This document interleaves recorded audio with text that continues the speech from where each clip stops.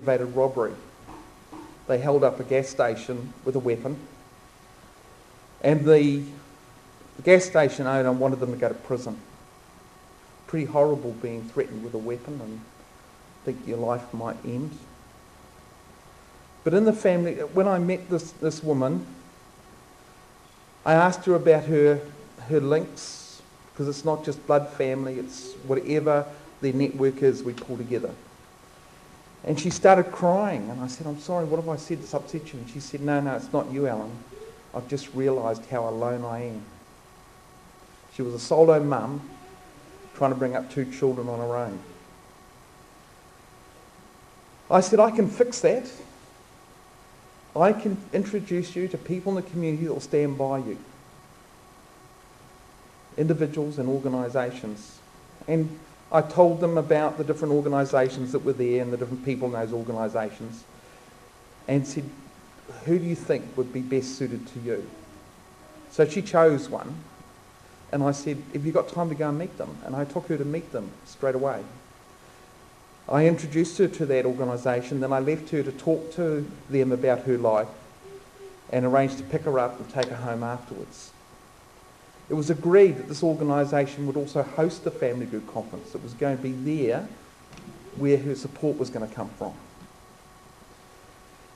The outcome of this family group conference is the police themselves decided, now aggravated robbery is purely indictable in New Zealand. Purely indictable means the court cannot dismiss it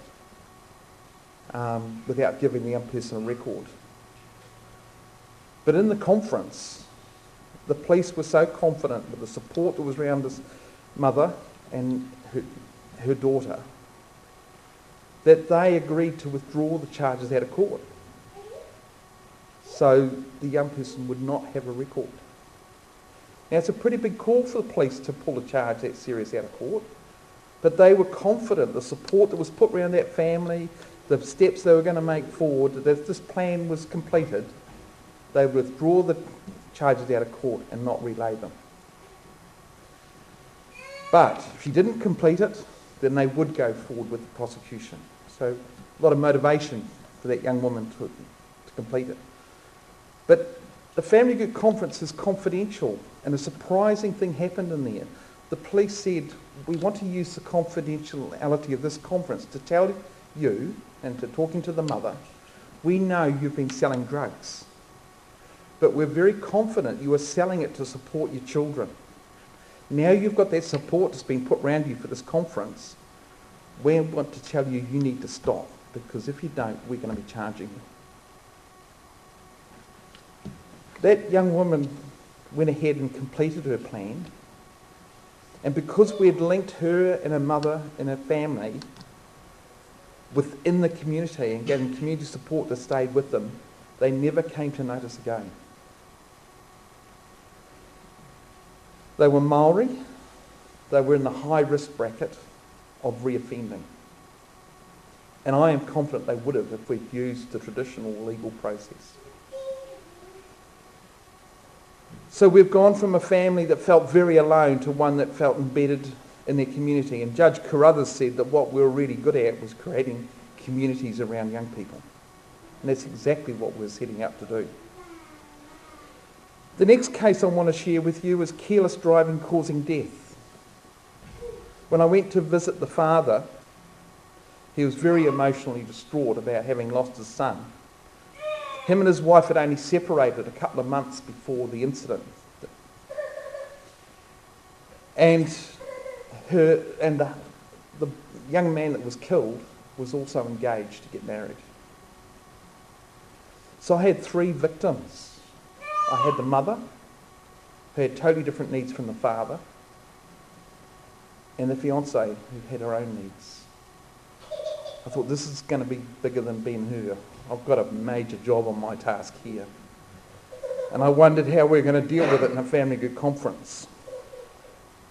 The father was investigating all things about his son's bicycle, the lights on the bike, because he had heard that blame was being put on the son for not being visible enough. And he didn't want any of the responsibility for his son's death to fall on his son. when I went to visit him, he offered me a seat to sit on. When I went to that seat, it had a white cross on it. The white cross is made in New Zealand to put alongside the road where someone's killed. And you'll often, if you ever get to go to New Zealand as a tourist, you'll often see some of these white crosses marking the side of the road. I picked up that cross and handed it to him. If I'd picked it up and put it on the floor, I would have been dead meat. So I took someone with me because I knew this was going to be a very emotional meeting. And he told me about the research he was doing and stuff like that. And I thought one of the things I need to know, and he needs to know, is what really happened.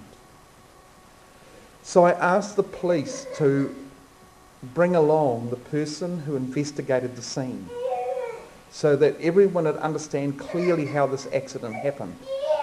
Now, one of the processes that's built into the family group conference process, the coordinator can invite people along to give information. They're not there as decision makers. They just purely come to give information. Because it's a role of the coordinator, and that's the role I was in, was to make sure the conference has got the information it needs to make good decisions. And the law gives me the right to bring people along for that purpose. So the New Zealand model is actually legislated. It's actually in our legislation. A coordinator is a statutory appointment. And where most roles of a social worker end with the chief executive, the family group conference responsibility ends with the coordinator. It's a very powerful role in our legislation. So this police officer agreed to come, but he said, I can't believe this is being dealt with in a family group conference. I don't believe that this is appropriate forum for it. His colleague said, well, there's no choice actually. The law says it's got to go. Judge Carruthers, the principal youth court judge, just before the conference, invited me up to meet 5 Australian judges. And I said to him, I don't think I'm going to make it. I've got a very difficult conference to run. And he said, oh, what is it? And I explained it to him. He said, yeah, I can understand, Allan, how you probably won't be able to make it. But if for some reason you can, we'd love to see you. So I ran that conference. And the officer that investigated the scene, the careless driving part of the charge was purely because the young driver had not gone to the centre of the intersection before turning. If he'd gone to the centre of the intersection, he would have seen the bike that was behind the car that was approaching the intersection. Now, how many of us have cut a corner in our driving, not gone to the very centre of an intersection? So his fault was very minor, but it had very tragic outcomes. This helped take the relief away from the father. I had to facilitate the meeting so he was able to have his say, but in a way that didn't seem abusive to his wife that he had just separated, and the fiancé had their needs. And I won't go into a lot of detail of that because it would take the rest of the day to go through everything that happened in that conference. But the outcomes for that conference were very powerful.